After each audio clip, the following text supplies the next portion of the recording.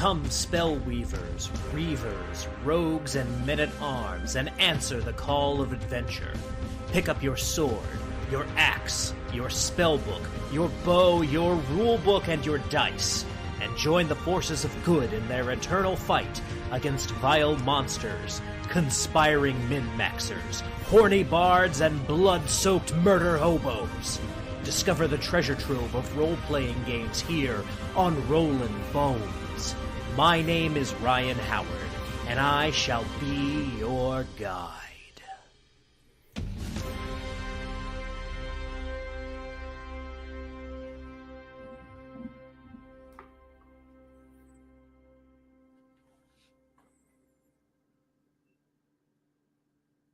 Good evening, Boneheads, and welcome to Rollin Bones with Ryan Howard, where we are making old school young again. I'm your host and king of the Boneheads, Ryan Howard. I am the R in OSR, and this evening we have the distinct pleasure of hosting Double D, Diversity and Dragons on Rollin Bones tonight. I'm looking forward to this conversation. I think this is going to be a lot of fun. This is going to be really interesting. So I'm not going to beat around the bush too much. Just want to remind everyone, if you enjoy what you see here tonight, please like, share, and subscribe. That is the best way to get the word out about Rollin Bones. And of course, you can find me on all the various social media, Twitter and Instagram. I am at Howard_Ryan Gregg. On YouTube, I am Rollin Bones. And at Twitch, I'm twitch.tv/RollinBonesRyan. And I also want to remind everyone that I have the TeePublic shop. So if you are interested in some Rollin Bones merchandise, you can find that. Let's make that bigger than me. Over here on the Bonehead Emporium at TeePublic. Got some great designs here. If you were at North Texas RPG Convention, you probably saw Levi Combs walking around with the Bonehead hoodie on. That's also available as a t-shirt. And you probably also saw me walking around with the Rollin Bones logo shirt. There's also the RP Gorillas shirt, which I am personally very proud of. Not moving as many of those right now, but you know what? These are three solid designs. So if you guys like them and if you want to support the show, that is a great way to do it. All right, so without further ado, let me go ahead and get that off the screen. Let's bring on the man of the hour, the guest that you guys are all waiting to see here. You can find him on Twitter at WeWheaton. That is a great Twitter handle, all things considered. So, ladies and gentlemen, please welcome to Rollin Bones for the first time, Double D from Diversity and Dragons. How you doing, Ryan? I'm doing well. How are you? Sorry to give you a bit of a heart attack. I was trying to get ready here. I told Ryan, don't worry, brother. I'll be on at 8:50. I go on at 8:50, and my $250 Shure microphone decides to shit the bed. So desperately trying to reboot the computer, figure out what's going on. So going with the backup mic. It almost doesn't matter how fancy or expensive or nice your equipment is. At the end of the day, it's going to crap the bed at least once. It'll find a way. I like the shades too. Oh, thank you. It's a good look. I should try that, right? It's weird because I guess I still do it. But I mean, if you watch the live plays, I don't wear them during the live plays because I'd never be able to see anything. I can barely see anything during live streams, but I don't know. I guess people are just kind of used to me wearing them. I don't know. I guess it's better than looking at a over 50-year-old guy's real face. So we'll do what we have to hide our multitude of frailties. Absolutely. Although there might be a percentage of my audience that's upset by me wearing the sunglasses. Victor Gorchev in particular talks about how handsome I am. So. I've known Victor a little bit now. I think he'll make an exception tonight. Absolutely. I got a feeling. Absolutely. Because we have a theme tonight. We have you on the show, so we have to match here. Every now and then I like to do a theme Rollin Bones. I learned something from your I watched your last live play. I can't remember the gentleman's name. He was a good guest, but something that I think maybe I had learned at one point in my life, but I think I had forgotten, and that's that medieval Europe did not have potatoes. Yeah. Oh yeah, DM Blackwall. He's great. Yeah, he was a good guest. Yeah. I love any chance I get to talk about like medieval history and how you can incorporate that in your role playing. I've seen a lot of people just kind of scoff at that. They're like, "Oh, there's elves and dragons. Why does it need to be realistic?" I'm like, "Cuz it's cool. It's interesting. Lots of interesting things happened in history." It would really come into play in the setting that we play in, which is TSR's old world Birthright, which Mhm. is real heavily based on medieval Europe. Absolutely. Low magic, good setting. Mhm. Well, we of course have to kick this off the way that we kick off every episode of Rollin Bones. There are questions everyone gets asked when they come on here, so let's All begin right. at the very beginning. Double D, how did you get into tabletop role playing games? Well, I don't want to say I was there for the dawn, but I was there for the morning. I bought, or my parents probably bought the basic set. I'm thinking probably either 81 or 82. I'm going to guess 81. Mhm. Um, and I honestly, it's been so long ago, I can't even remember what spurred me, other than it was kind of big at the time, so it would have been obviously pretty common for a 10, 11-year old kid to want that. And I just remember being blown away. And then I guess it just speaks to certain types of people. I was always one of those guys that could kind of walk the line. I'm like a big sports fan. I've always been a huge baseball, basketball, football, hockey. Mhm. But, Yeah. I've always been, also, I like nerd stuff too. So I kind of, like I said, well, walk that line, walk that fence. Mhm. And I just started to, get into AD&D, and then I met my friend Gavin Morgan, who you can see on our live plays.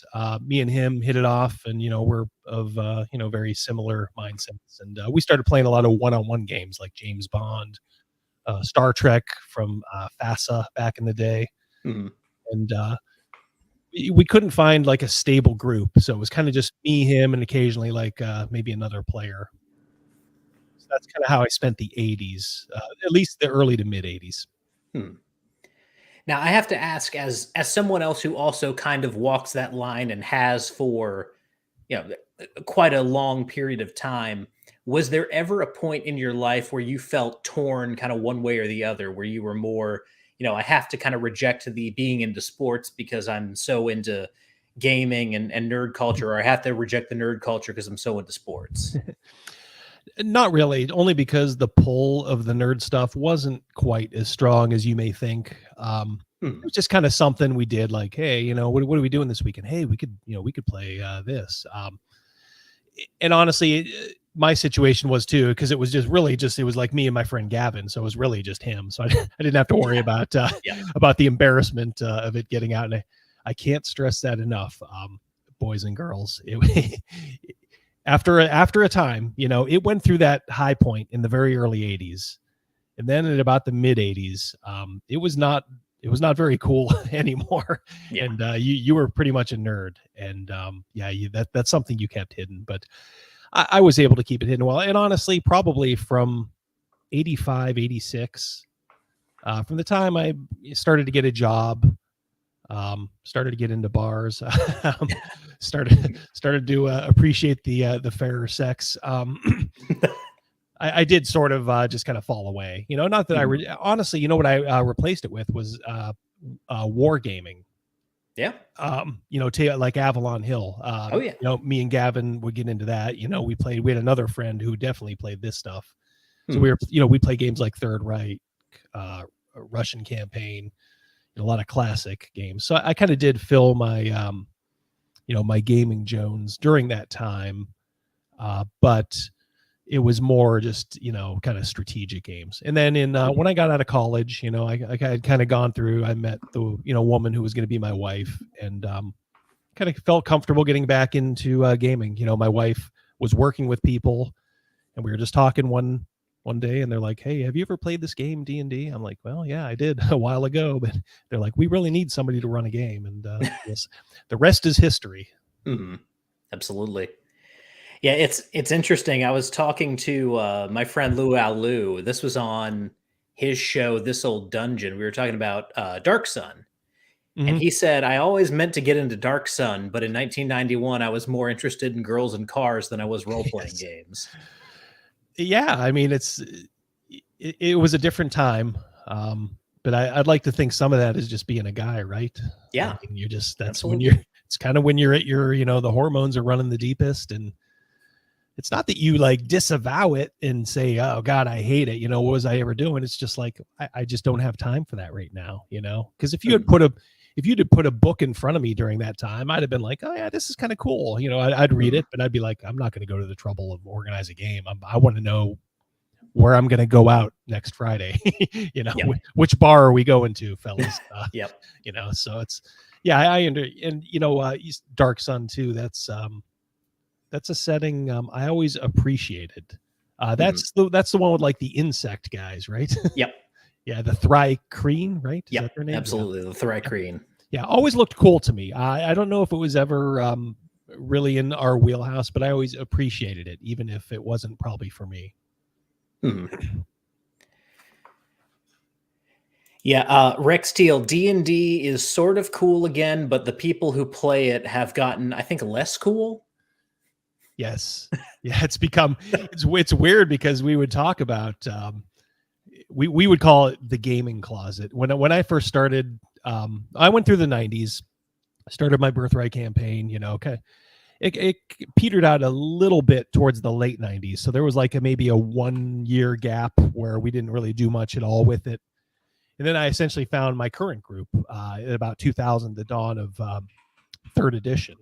But we, back then we had a code at the table and we said it out loud, like, all right, guys, I mean, you don't talk about D&D club. It's like, Mhm. you don't talk about Fight Club. You don't talk about D&D club every Friday at our house.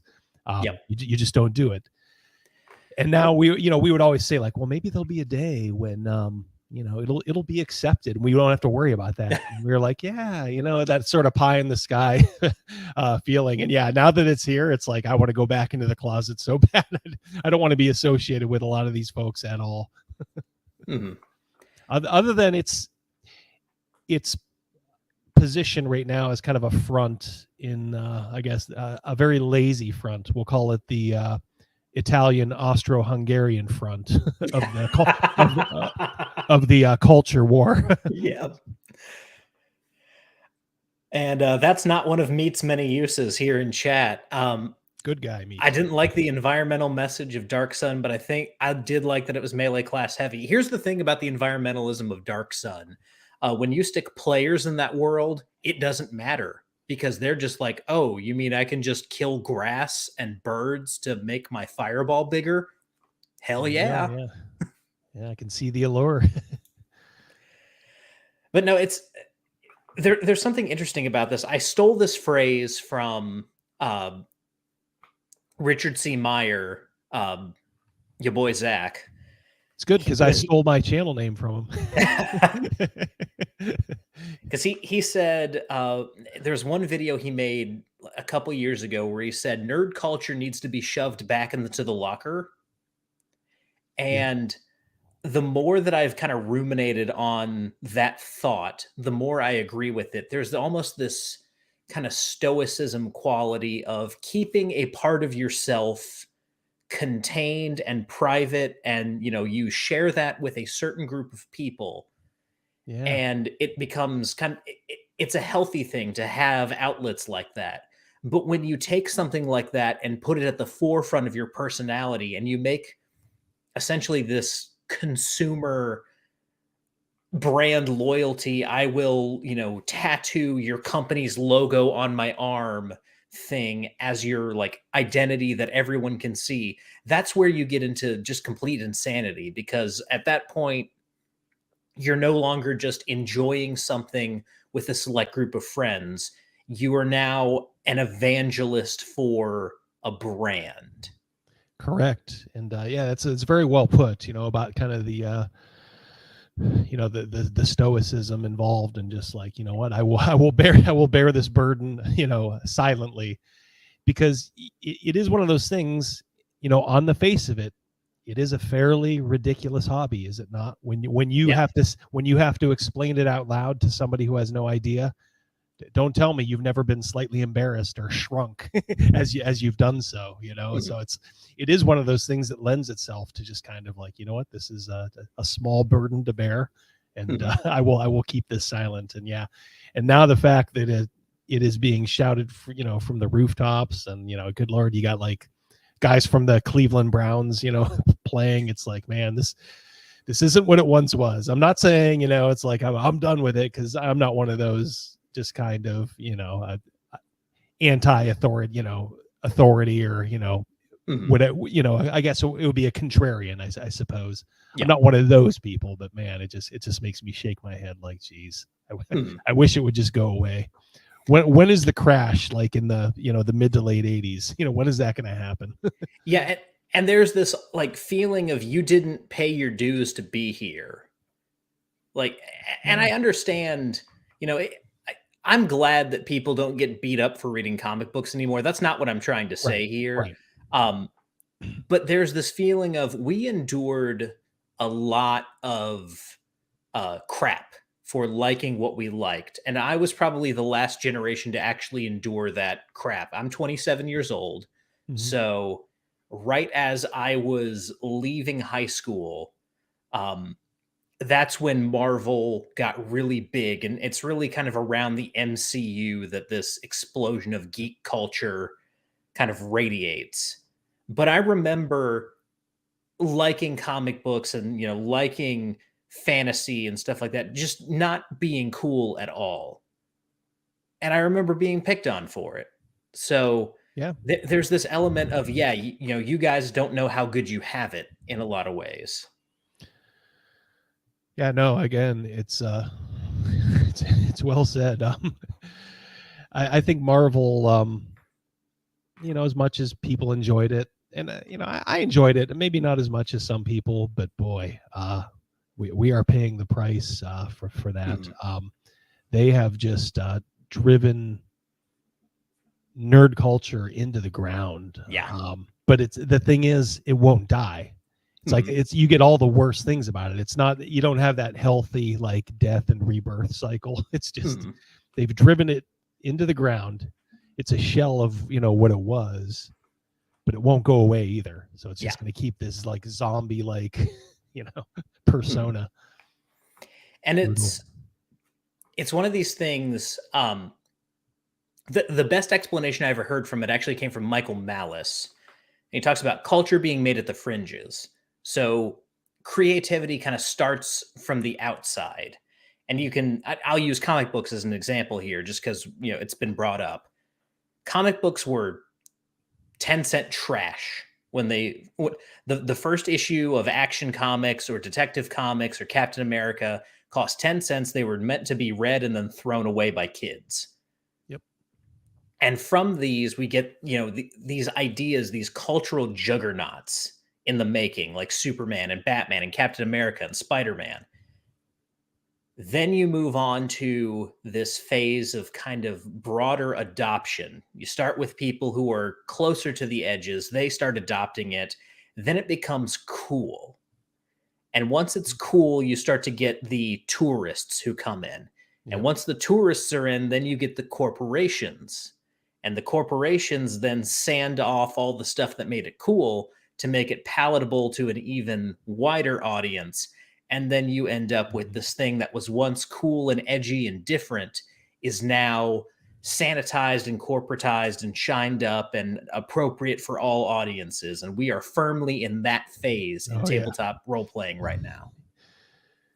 Yeah, we could have used some gatekeeping, although I'm not sure. You know, it's a good term to throw around in concept. Yeah, but it's almost like, how do you stop these folks? You know, what do you do? Go beat down their doors and say you can't do this? It's just sort of sometimes happens. You know, it's the natural, like you said, progression. It's happened in other places. You know, it's going to happen here, or it is happening here, as you say. And yeah, we're really paying the price for it.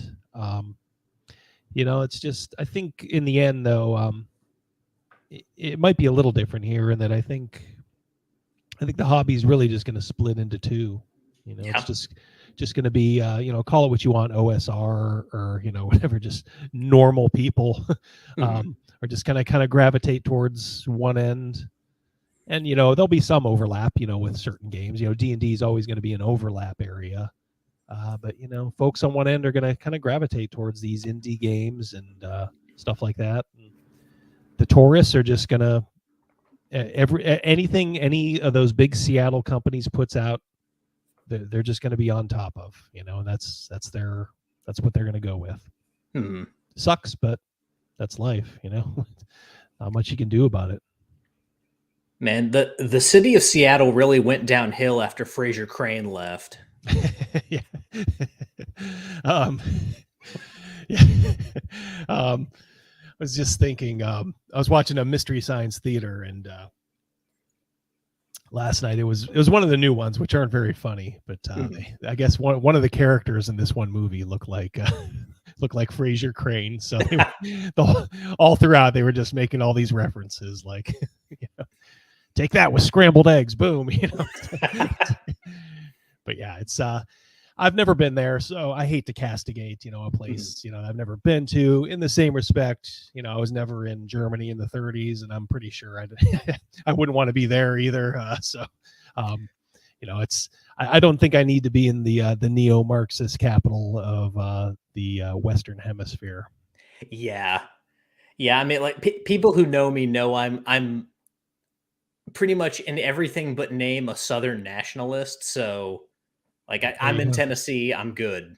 Yeah, I'm good to stay in my little corner of the United States. I'm from North Carolina.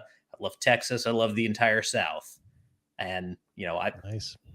I'll keep it We'll be coming down there soon. nice. We're going down to actually all the way down to South Carolina. Going Oh, down to nice. Charleston. Yeah. Mhm. Charleston. Charleston's nice. I have a love-hate relationship with Charleston, but it's definitely a nice city, and there's a lot of fun stuff to do there. I know all the locals are kind of pissed at all the Yankees that are that are coming Yes. down. I have a friend that used to work on Capitol Hill for a long time, and he's a lobbyist now. So him and his wife and his they have a family. They built a house down in Charleston, probably a little bit before it was trendy. Mhm. And he was just saying how the locals there, they for the first couple of years they weren't having it. I guess it's better now, but yeah, all these Yankees flooding the place, and then some of them staying. Oof. Mhm. Yeah. Well, and in Charleston, there's this real concern. Like we're seeing this in Nashville. There is a concerted effort to tear down the honky tonks and basically just replace them with more apartment buildings. Oh, geez, really? And like there are some locals who are like, well, we don't really like the honky tonks; those are for tourists anyway. But then there are also people who are like, yeah, but this is Music City.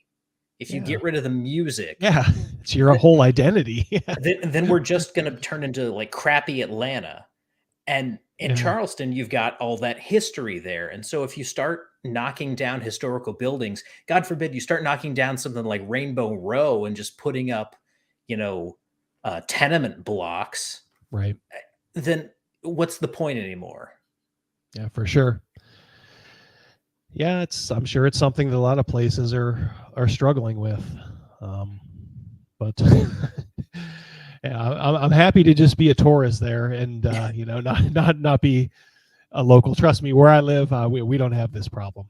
People try to get out of where I am. It's not as bad as it used to be, but Mhm. yeah, we don't have a great influx anymore. How's your What state housing? are you in? I'm in Pennsylvania. Yeah, Okay, gotcha. kind of Western PA. Is the housing market down there crazy? Yes, it's absolutely insane. Even here, I mean, this housing market was so stable. I mean, it was probably below average, and then in the last 3 years, my son and his fiance are trying to buy a house.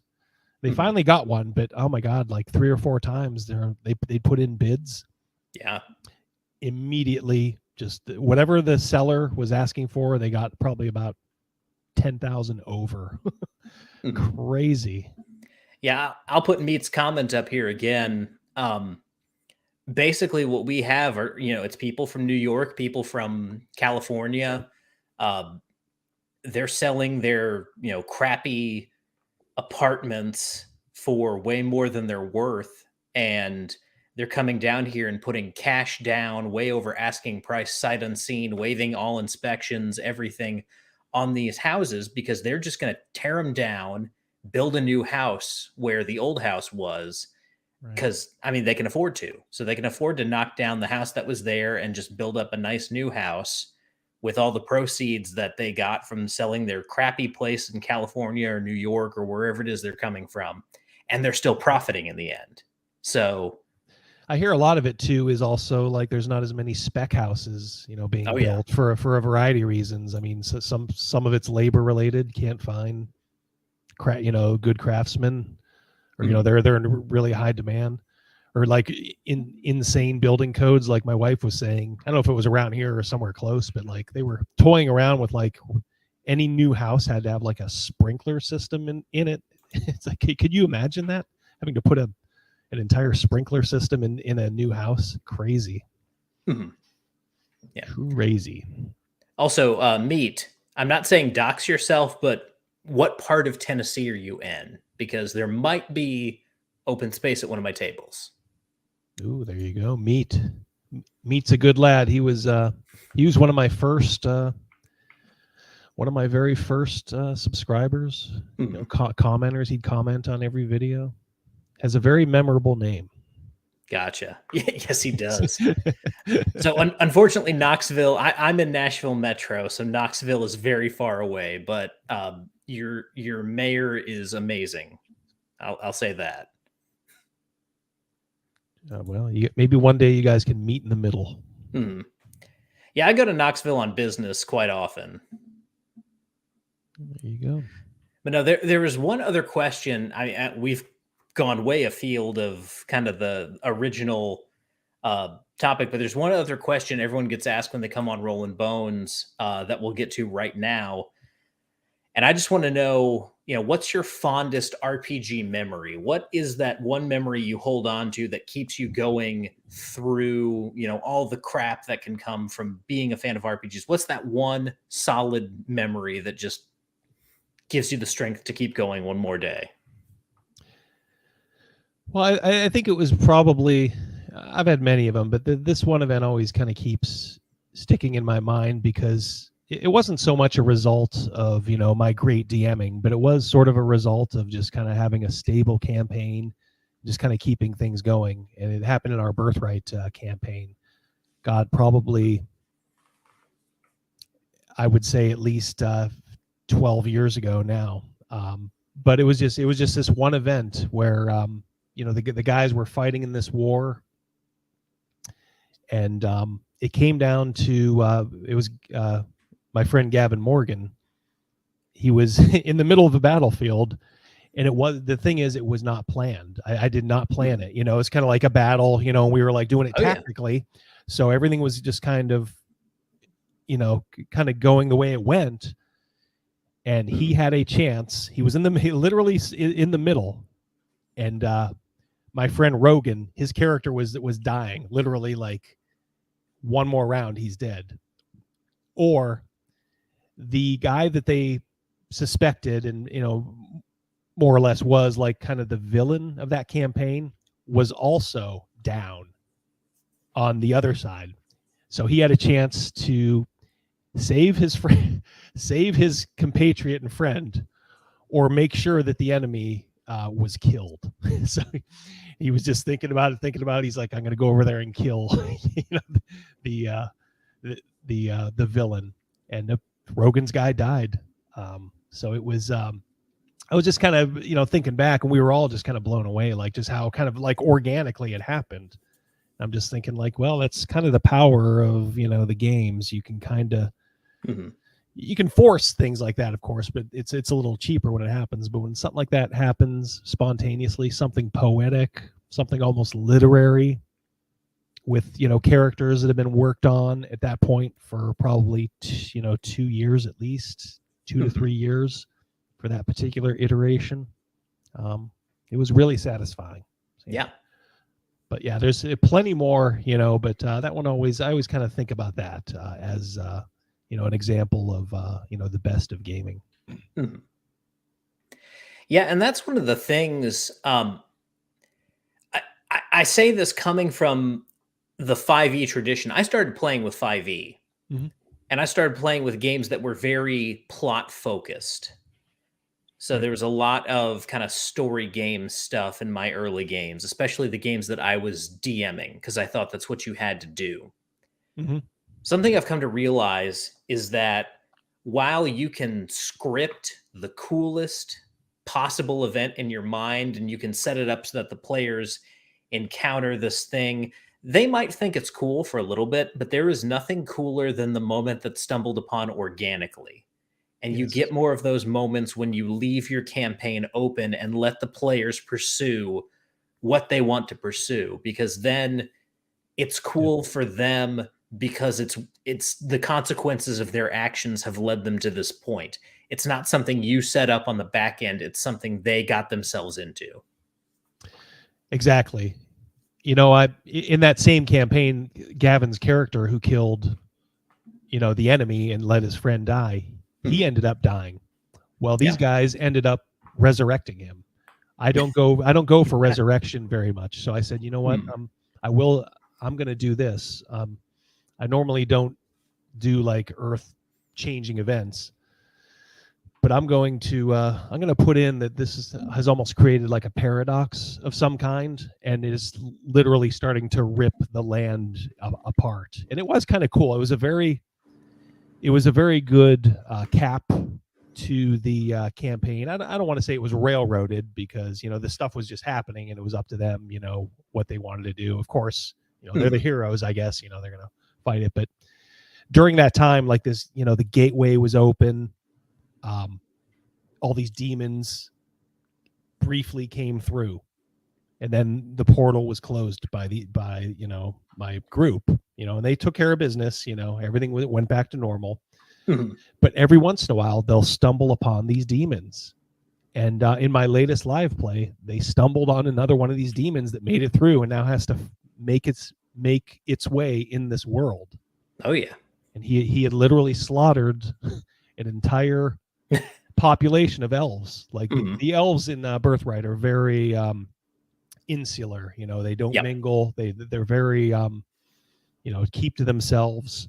But Hmm. the players wanted to go in, they wanted to return something to them, and they just kept going further and further in. They're like, "What is going on here? What is going?" And then they finally met. They met the beast of Inishire, and it was this demon that had been let through 20 years earlier. And they made the comment at the end. Rogan's like, "I wonder how many tens of thousands of people have died because of that one campaign." When Yeah. we decided to resurrect, what's it? Fletcher Morgan was his name, the character. Hmm. What are the consequences of that? So I like having that kind of stuff too.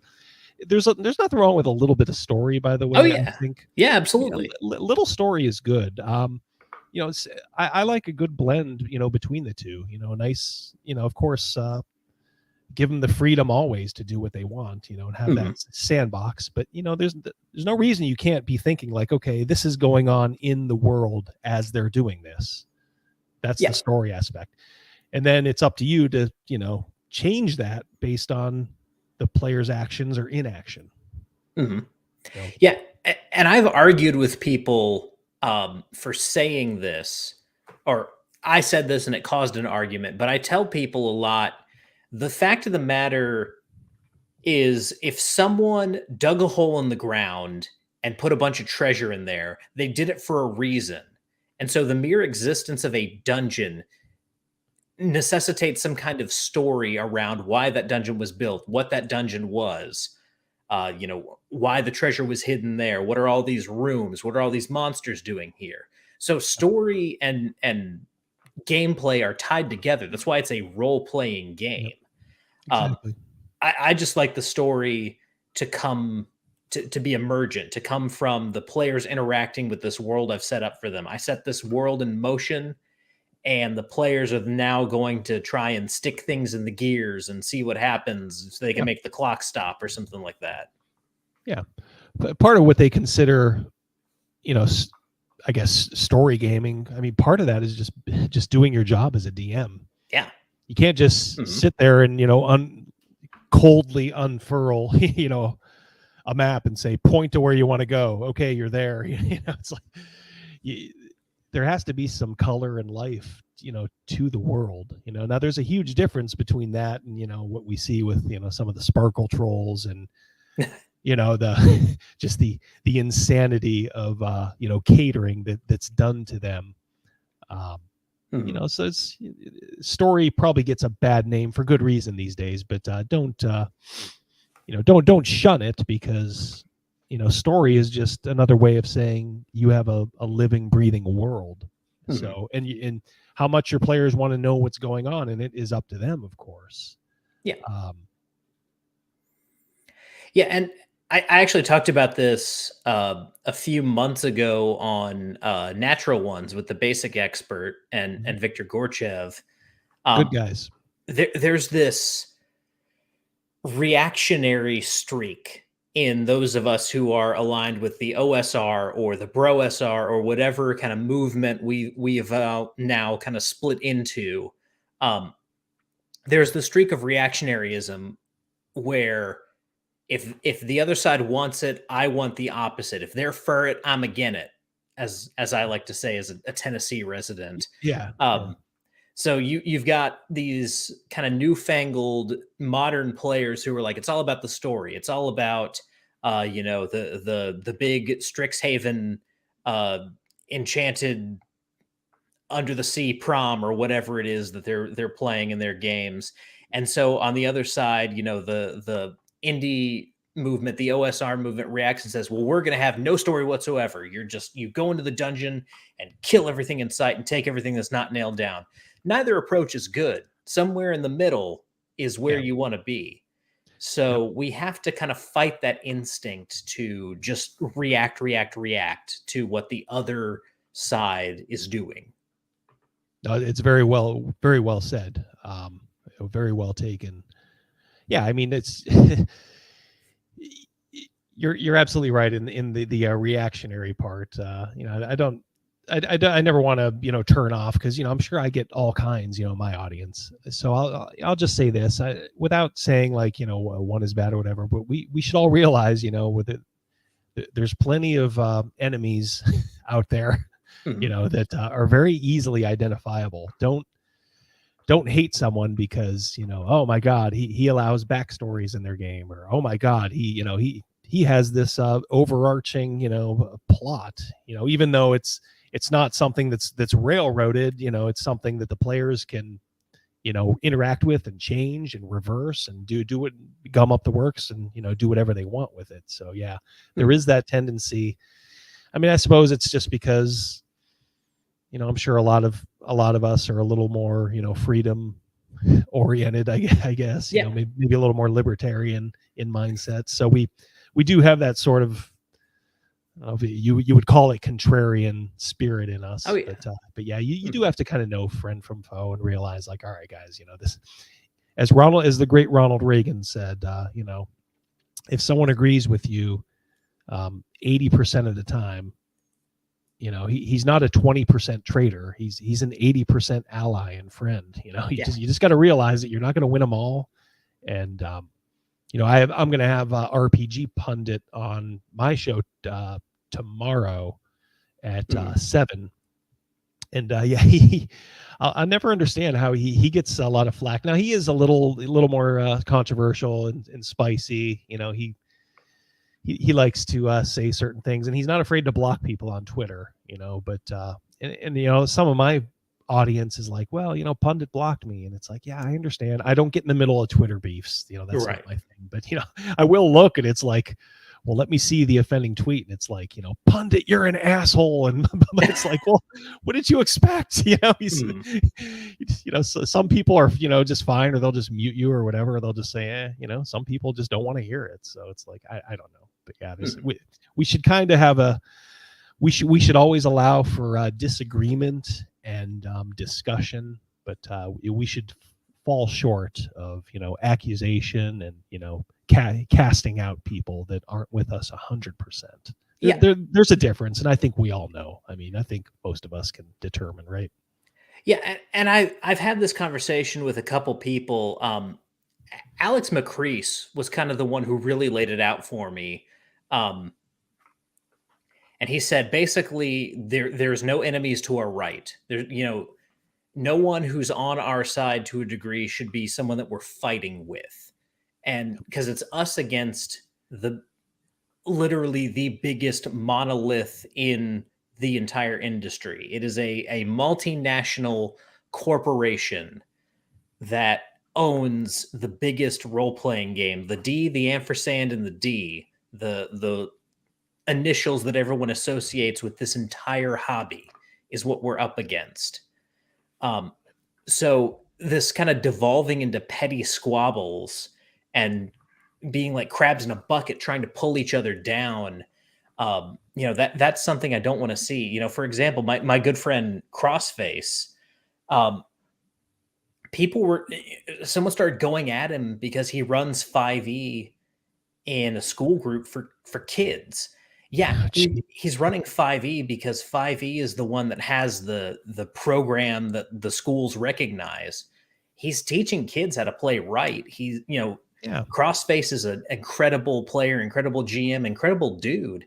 He's doing what we all should be doing in that he's going after those young players and showing them how to play. But just because he has to use 5e in this instance, and by the way, he switched to Castles and Crusades. It's a non-issue at this point. So don't go after someone for stupid reasons, especially when they're doing good things. Well, I have a lot of sympathy for that because that is exactly our story. We switched a few months ago. We had always tried to keep abreast of the latest edition. We always thought like, well, let's be cutting edge. Like the whole OSR thing. Keep in mind it did come about in the when you first started to hear about it. I mean, I know it was out there, but you didn't start to really hear about it until like, the late, 2000s. But, there was a lot of love for third edition. And I understand fourth edition was not very well thought of. And that's really when I think you started to hear a lot about the OSR, 2008 to 2012. But, once fifth edition came around, it was like all was right again. And we were even a little late adapting fifth edition. We probably didn't start playing that till 2017, I think. Mm-hmm. But, I played with a group, someone in a group I used to meet up with at Gen Con was like, hey, you want to play some fifth edition? He was a pretty good DM. And I'm like, hey, you know what? Yeah. And I played. And I'm like, you know what? This ain't a bad game. We were playing Pathfinder at that point, which is, is just third edition.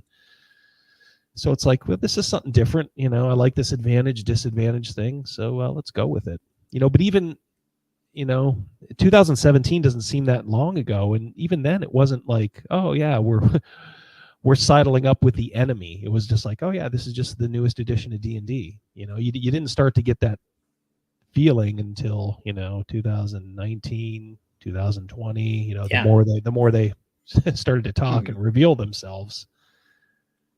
But yeah, I mean, and then a lot of folks are stuck, because it's like, well, I have this fifth edition campaign and it's been going on so long. And I've always told my audience, I'm not going to tell you what to play. If you're playing fifth edition and liking it, keep playing it and enjoy it. But just maybe think twice about buying stuff directly from Wizards of the Coast, because there's so much third-party stuff out there. Oh yeah, you don't need to buy Strixhaven, or you're not missing anything, or Journeys to the Radiant Citadel. It's garbage.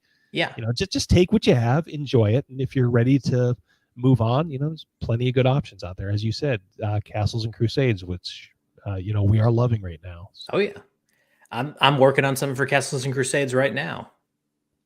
Like writing. Yeah.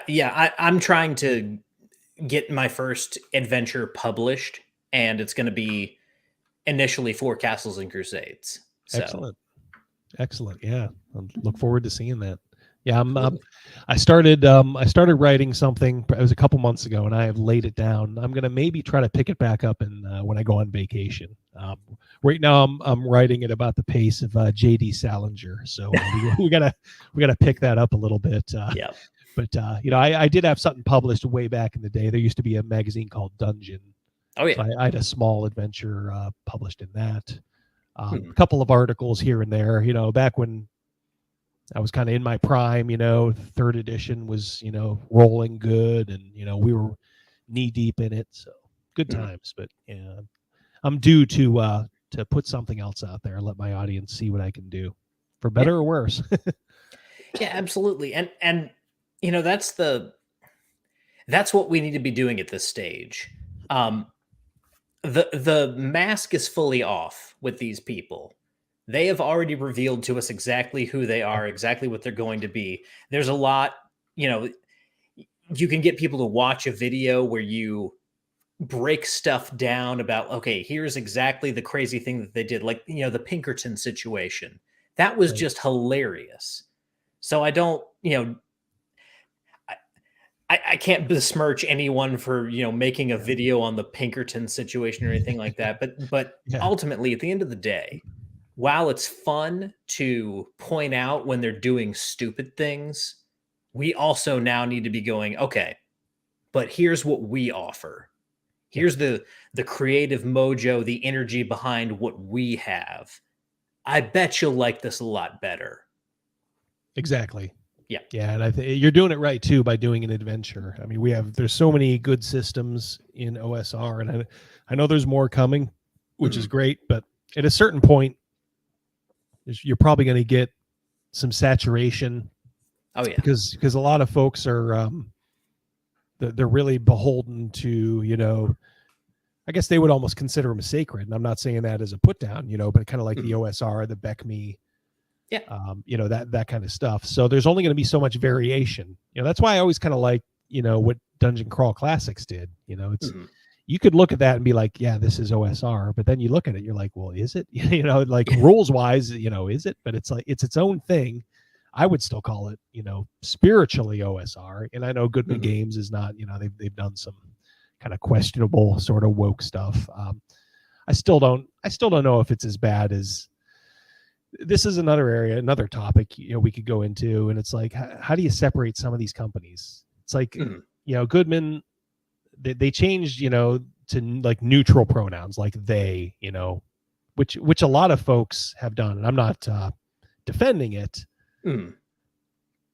but it's like, okay, but other than that, it's like you go on their Twitter account, are they insulting fans? Are they blocking people willy-nilly? It's like at some point you have to put them in comparison to Paizo, and put them in comparison to Wizards of the Coast and D&D, and how they treat people, and it's just the insane stuff that they do. Yeah.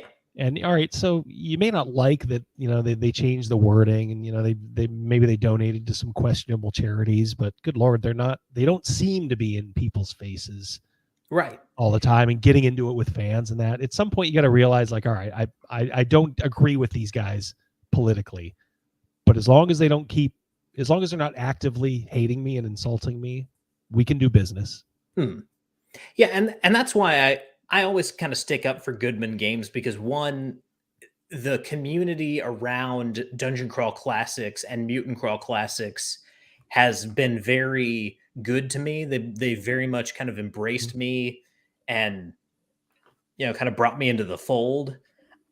They make amazing games. I've got, DCC over here on my shelf. I have DCC Lankmar, which is phenomenal. Anyone who's a Fafhrd and the Grey Mouser fan who hasn't picked that up, you are doing yourself a disservice. I'm gonna, because I am, and I haven't yet. So yeah, I think I'm gonna do that.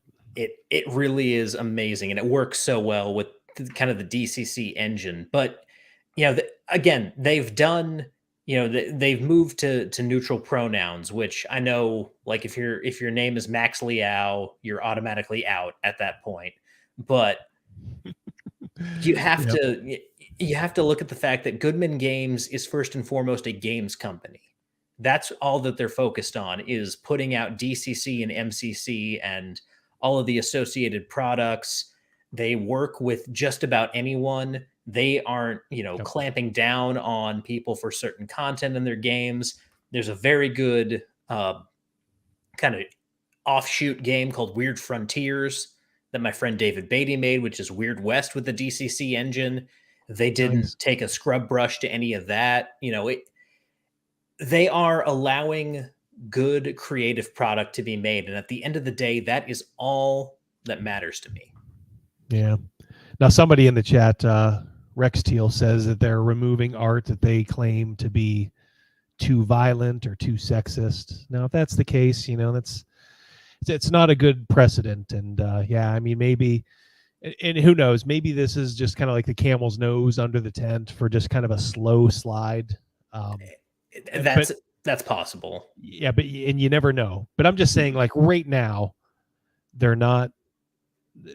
They don't appear to be actively like. I mean, you can't sit there and say, well, yeah, we got horrible companies like Evil Hat and Goodman Games. Those two are not the same, right. And you do have to make a distinction. And that's why I don't know if you've ever seen the RPG list on pundit site, but they got Goodman in red and they got Evil Hat in red. I'm like, well, I mean, come on. No. The red means nothing if you can just throw anybody in, kind of in there with Evil Hat. You can either make another category or bump. Most of that list should be yellow, is my contention, because most companies aren't perfect.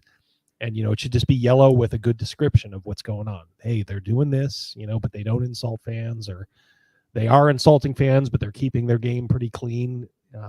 So you can make an informed decision. But yeah, so it's very tough. You got to make compromises. Look, and I know you like medieval history. I like World War II history. We had to send a shitload of material to the Soviet Union, even though we probably knew at the time, if they survived, they were going to be our enemy. We still did it, and willingly did it because it suited our needs at the time. So, everybody do what you have to do. But I'm just saying, I don't know. There is a little bit of a difference between some of these folks. Mm-hmm. Yeah, and again, with what Perfect Tangent is saying here, I don't think they do, because again, I do know a few of the people who work for Goodman. This could all change tomorrow. Right. Like with what Rex said, if I look into it tomorrow and it looks like they've kind of gone a little further than I hope they've gone, then you can consider my whole endorsement of Goodman Games retracted. Yeah, and mine too. Yeah, I mean, if they start going down the sensitivity reader is just a commissar. Yes. So that you are declaring to the world now, we are pod people. Once they do that, you can firmly put them in the red. Put them on your, I can sell this game. I can sell these books now, or whatever if you want. But these, we're done. So, and a lot of it does come down to who controls the game. And to Eric's point here, Pinnacle. Yes, Pinnacle has done a couple things that we might not like. At the end of the day, though, Shane Hensley is a sensible person. And again, Shane is someone that I know. And he's not I know Shane well enough to know he's not going to go down the path of craziness. And if something ends up happening that way with Pinnacle, then there's kind of trouble in paradise at that point. But that's also the one that I would always compare Goodman to is Pinnacle, because it's like, all right, well, on that RPG site list, it's like, oh, well, Pinnacle's green, and it's like, well, hold on a minute, I mean, if you're going to hold some companies to a certain standard, you do have to hold Pinnacle. And I understand Shane is well thought of, and I don't doubt it for a minute that he's a good dude. The same respect, he bowed to pressure and got rid of the CSA in Deadlands, and it's like, well, why you doing that? This is almost kind of a reversal where some of that stuff is kind of seeped in, maybe not directly but indirectly into the game, even though as you said, they're not attacking fans. So just more proof that you got to have your own line, and honestly, these days you better be prepared to bend it when you have to, because you may find yourself playing nothing at the if you think everybody's going to be perfect, I don't know. Then there are certainly some, like Pundit, I think is pretty solid. Greg Gillespie, when he comes out with his game, is going to be solid. Other folks, Basic Expert, who you mentioned. Oh yeah, he's got his game coming out. So yeah, some of these guys are going to be, a true blue. But if sometimes your party, they want to play a game with some support. You know, and it's like, all right, well, we're not going to play D&D. All right, we got these alternatives. None of them are perfect. Which one do you want? Well, yeah, and it's always good to, give your money to good people. And give your money to people who care about this hobby and care about making good games. And so like I definitely understand the sentiment of you want to, give your money to the people who are focused on quality and stuff like that. So I understand. But like you said, at the end of the day, there's so much that's just become kind of the cost of doing business for a lot of these companies that to a degree we have to get past. Yeah.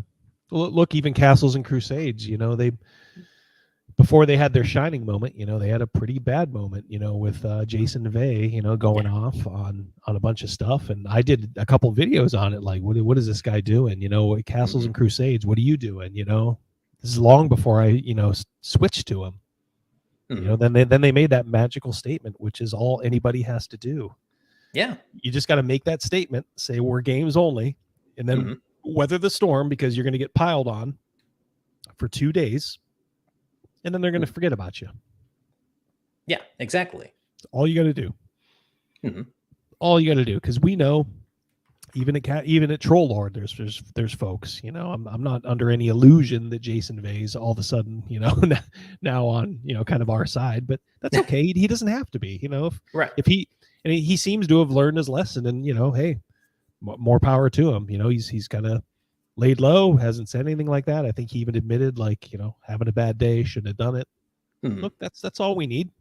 Yeah, you're forgiven. Go and sin no more. Even though we're not going to be, agreeing on much politically. It's okay. Exactly. Yeah, and that's the thing that I think unites a lot of us here, because again, the OSR is not a monolith, or the kind of the anti-WotC movement is not a monolith. There's a lot of different types of people and political opinions and views on things.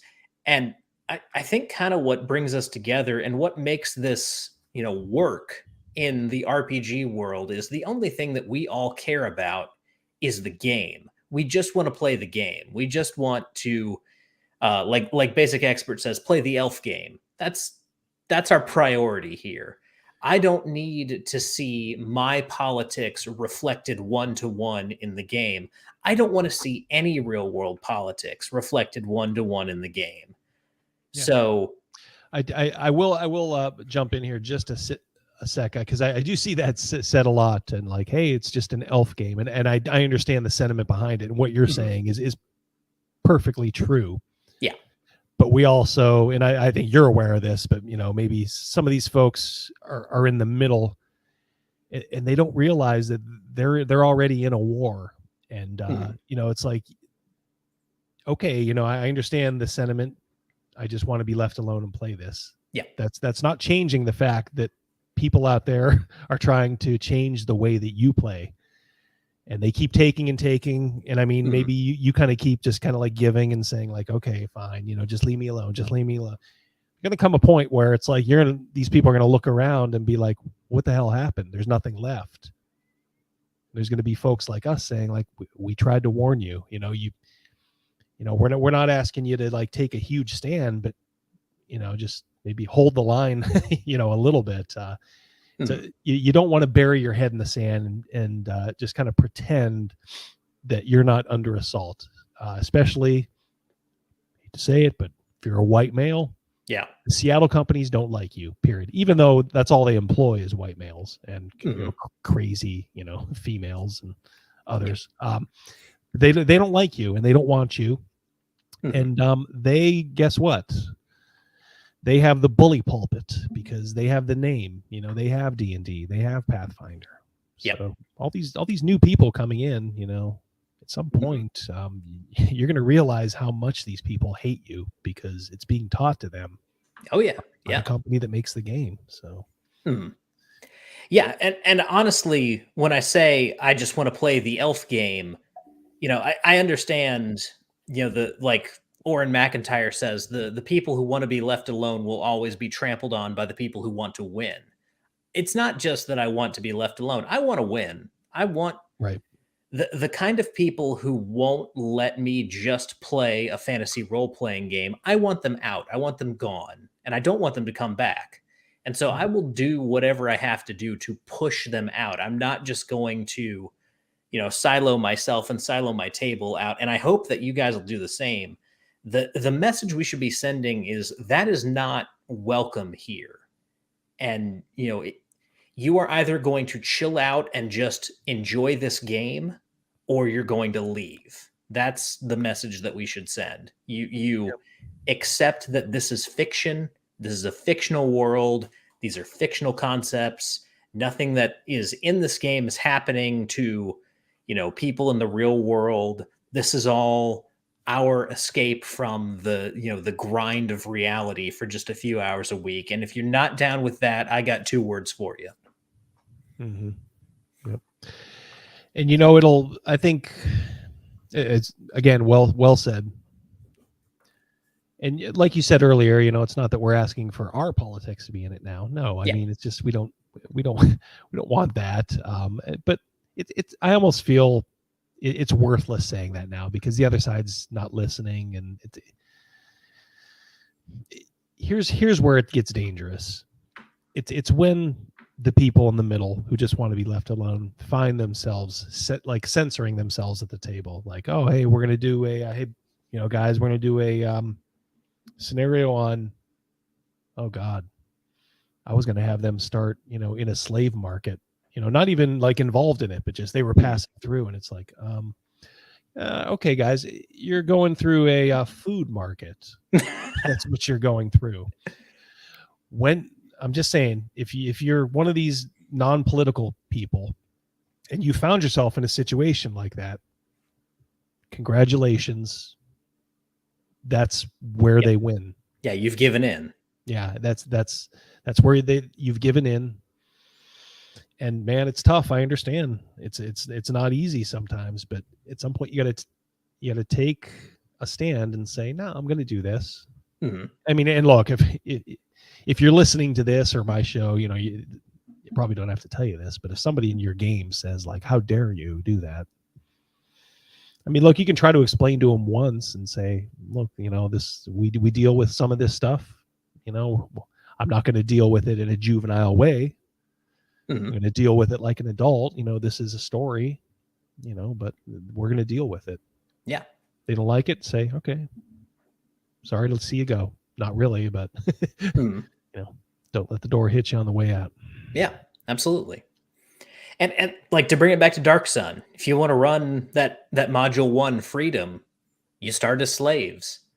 I wrote up a whole 0 level table for running Dark Sun in Dungeon Crawl Classics, where you start as slaves. So, if I'm going to run Dark Sun, we're going to do Dark Sun, by God. We're going to do it right. And, again, if you don't like it, if you don't like that, these concepts are being talked about, then yeah. And yes, that was Degeneration X. So yeah, I almost wonder if you could get some cachet with these people if you just say, oh, but don't worry, all the slaves are white. That would satisfy him and be like, okay, well, all right, I'm going to be watching you, but you're okay with me, partner. All right, fine, I'll allow it. Yeah. Degeneration X. Yeah. Are you a wrestling fan? I'm a huge wrestling fan. Who's your favorite all-time wrestler? Favorite all-time, Stone Cold's up there.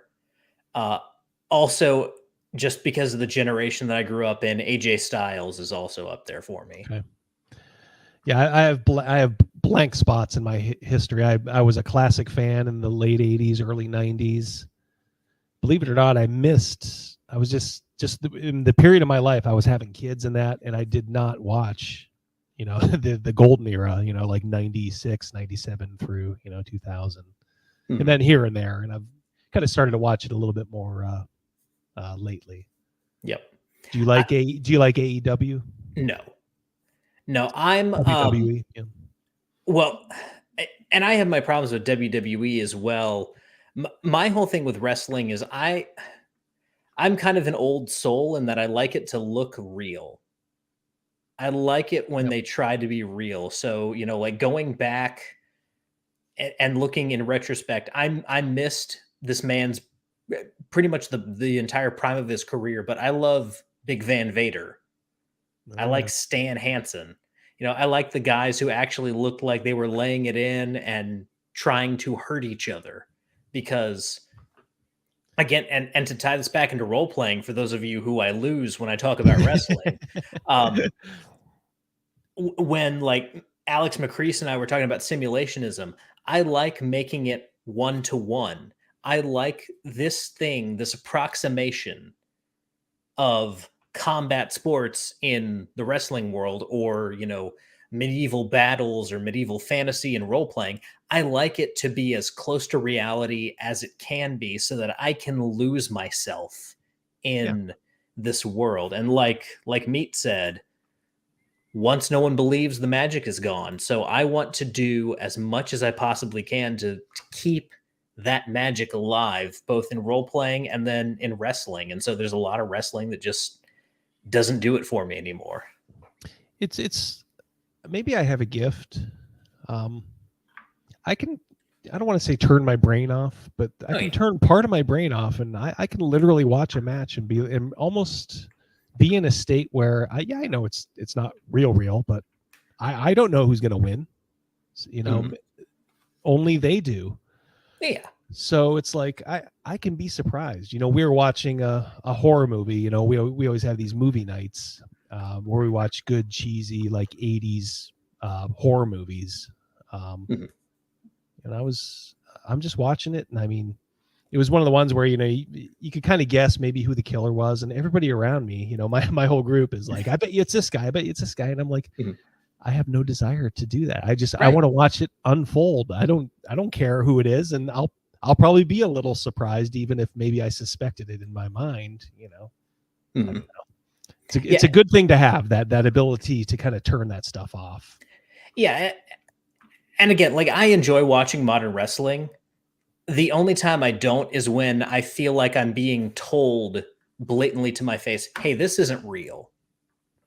Like when a Yeah. dude stands there on the outside with his hands up waiting for someone to dive on him, that's where I kind of turn off and I'm like, "Okay, you're not just going to stand there and watch that guy jump on top of your head."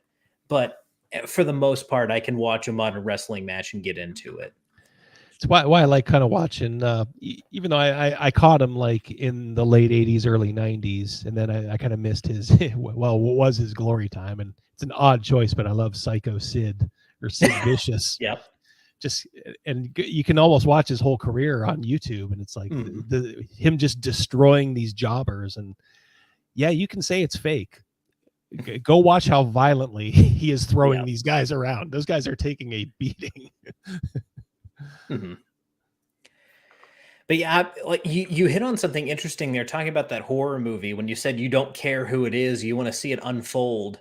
Um People think I'm insane for this, but sometimes I will look up how a movie ends before I watch it Mhm. because I don't care about spoilers. If knowing the ending ruins the entire experience, then it's a bad experience. Like a good experience of a story, a book, a movie, a wrestling match, even when you know the outcome, even when you have already watched Savage Steamboat from WrestleMania Right. 3, you can still go back to that match and still get lost in all the false finishes, all the way that they put that match together, the technical mastery of these two guys at the Yeah. peak of their powers going through this kind of grueling competition. If the only thing that you have to sell your movie, like Meat said here, if all you have is a twist, then you just have a gimmick. Yep. So yeah, it's good to be surprised by an ending or to not see something coming and then it happens. But at the same time, if you do know that it's happening, and that takes away from your story, then it's a bad story. It's about the stuff in the middle as well. It's not just the ending. It's how you arrive there. Yeah, and I mean, I see what you're saying, and I'd almost use maybe like The Usual Suspects as as an example. And honestly, I think over time, I think that movie, it's just a gimmick. Mhm. I've never really wanted to rewatch that once I knew the the twist. But there are other movies where there is a reveal, and you can kind of keep watching it. It's like I don't care about that. It's everything that built up to that. Mhm. I don't know how many Usual Suspect fans we have in there, but not that it was a bad movie. It was a good movie, but to me, it just had no replayability because Mhm. the stuff that built up to the ending, to me, I don't know, it was good, but it wasn't great, and it never made me want to watch it again. Honestly, I think that movie's lost a lot of its cachet just because of how terrible a person Bryan Singer turned out to be. And Kevin Spacey. And Kevin Spacey, yeah. But yeah, exactly. That's another one where you kind of have to turn off your brain. Look, I can still watch Jane Fonda roll around half naked in Barbarella and like it, even though she's she should have been. Gavin's father was in the Vietnam War, and he passed away a couple years ago, and he was cleaning out his stuff, and he gave me a pin that his dad had. And it's a frag Jane Fonda pin. Have that. I'm gonna wear it on stream one of these days. Nice. But yeah, I mean, yeah, you just kind of have to turn your whatchamacallit off. The Sixth Sense. Yeah. Yeah, that's is that another one? I'm trying to think. I don't know if I've ever really watched that after I knew the horrible secret. So of all of Shyamalan's movies, The Sixth Sense is the one where you can actually see it build to the twist, and you can actually appreciate the groundwork that he sets, because that was his first movie. It was before having a twist ending was expected for him. Right. And I honestly, I feel the same way about Unbreakable, the second movie that he made. That's really good. Yeah. People with Shyamalan, it seems like you get The Sixth Sense plus one. Everyone is willing to defend The Sixth Sense and one other Shyamalan movie, and for me, that's Unbreakable. Yeah. I did enjoy Unbreakable, although it's been years since I saw it. Not because I'd never wanted to re-watch it. It's just that I just haven't watched it, but I did like it. I'll admit I'm a Bruce Willis guy. Oh yeah, Bruce Willis is great for sure. He's the ultimate example of what Chuck Dixon calls the slob hero. Yeah. Oh yeah. Kind of an everyman, guys look at it and be like, if I got into shape, I could do that. He doesn't have all his hair either. Yeah, exactly. Yeah, he's losing his hair. Like, yeah, I'm not. He's not so much, more built than me. Yeah. Well, we are kind of running up against our time here. So there's one more question that I wanted to ask. Again, this is one that everyone gets asked when they come on Rollin Bones. The answer can be as philosophical or as sophomoric as you want it to be. But Double D, if you could put anything on a t-shirt, what would it be? Oh boy, anything on a t-shirt, huh? Yep.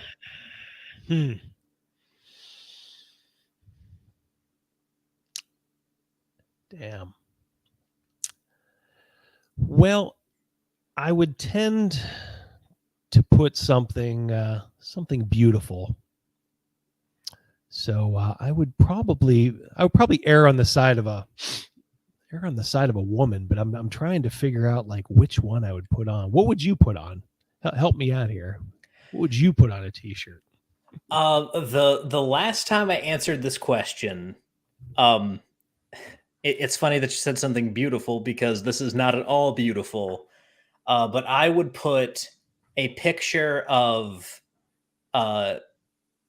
Thofford, bald and shaved and naked, throwing the bed that he's shackled to and shouting "the jug" on a t-shirt.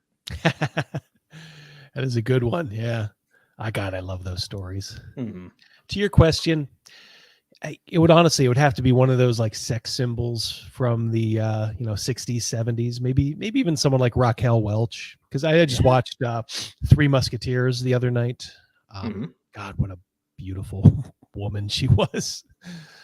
Just a knockout. Yeah, so we'll go with Raquel, and I'll call it a day. Yeah, absolutely. I think there's a lot of people that would wear a Raquel Welch t-shirt, Mm. you know? They probably already have that, but I'll probably, you know what, I'll go to bed tonight and think like, oh, you dummy, you should have said this. It's the thing is like, joke like joke T-shirts, Mhm. kind of overdone, Yeah. and nerd T-shirts are just you see them everywhere now. Yeah. I mean, it's not that there's nothing wrong with them, but it's mostly done. So I'm just thinking like maybe going back to something just simple, just maybe a stylized portrait of one of those like bombshells, Mhm. like Mamie Van Doren or Raquel Welch or something Yeah. like that. Yeah, one of them sex goddesses. Just a really beautiful Lana Turner picture. Yes, when women were women. Yeah, Yeah, you didn't. Yeah, good times. absolutely. Well, as we are at the end of our time, I do want to give you, just the chance to plug anything that you want to plug, anywhere you want to direct people. I know that there's some recent announcements that you have as far as a new show that Yeah. you've become a part of. So I will turn it over to you to direct people where to go. Well, thank you. Yeah, I do have. You can just go to my channel, Diversity and Dragons, here on YouTube. A lot of content. It's not all like culture war stuff. I mix it up purposely. I mix it up, guys. I really will do. Okay, you did one of these videos. Now mix it up a little. Mhm. Even though the culture war stuff, obviously does a little better, but I don't want to burn myself out. So I do that every Wednesday is our flagship live stream once a week, 7 p.m. every Wednesday. We got a very active, great chat. We have a great connection with our fans. It's me, my buddy Crazy Mouse, and Rogan. And actually, tomorrow, Crazy Mouse isn't going to be there, but taking his place, not by design, but he was scheduled to be a guest anyways, RPG Pundit. So you guys can we'll talk with him, find out what's going on there, and you guys can ask him questions. And speaking of pundit, as Ryan intimated, I am now an inappropriate character. So if you ever, I knew I always was, but if you remember the show Inappropriate Characters, usually like a monthly live stream, it's RPG Pundit, Avenger Satanus, and Florida Man Job. Well, Mhm. Job is moving on to greener pastures, and they were kind enough to pluck me out of not quite obscurity, but they plucked me nonetheless. And so I think early July we're tentatively scheduled our first show. Mhm. So looking forward to that too, hanging out with those guys, seeing what I can bring to the mix. But it'll essentially be the same show.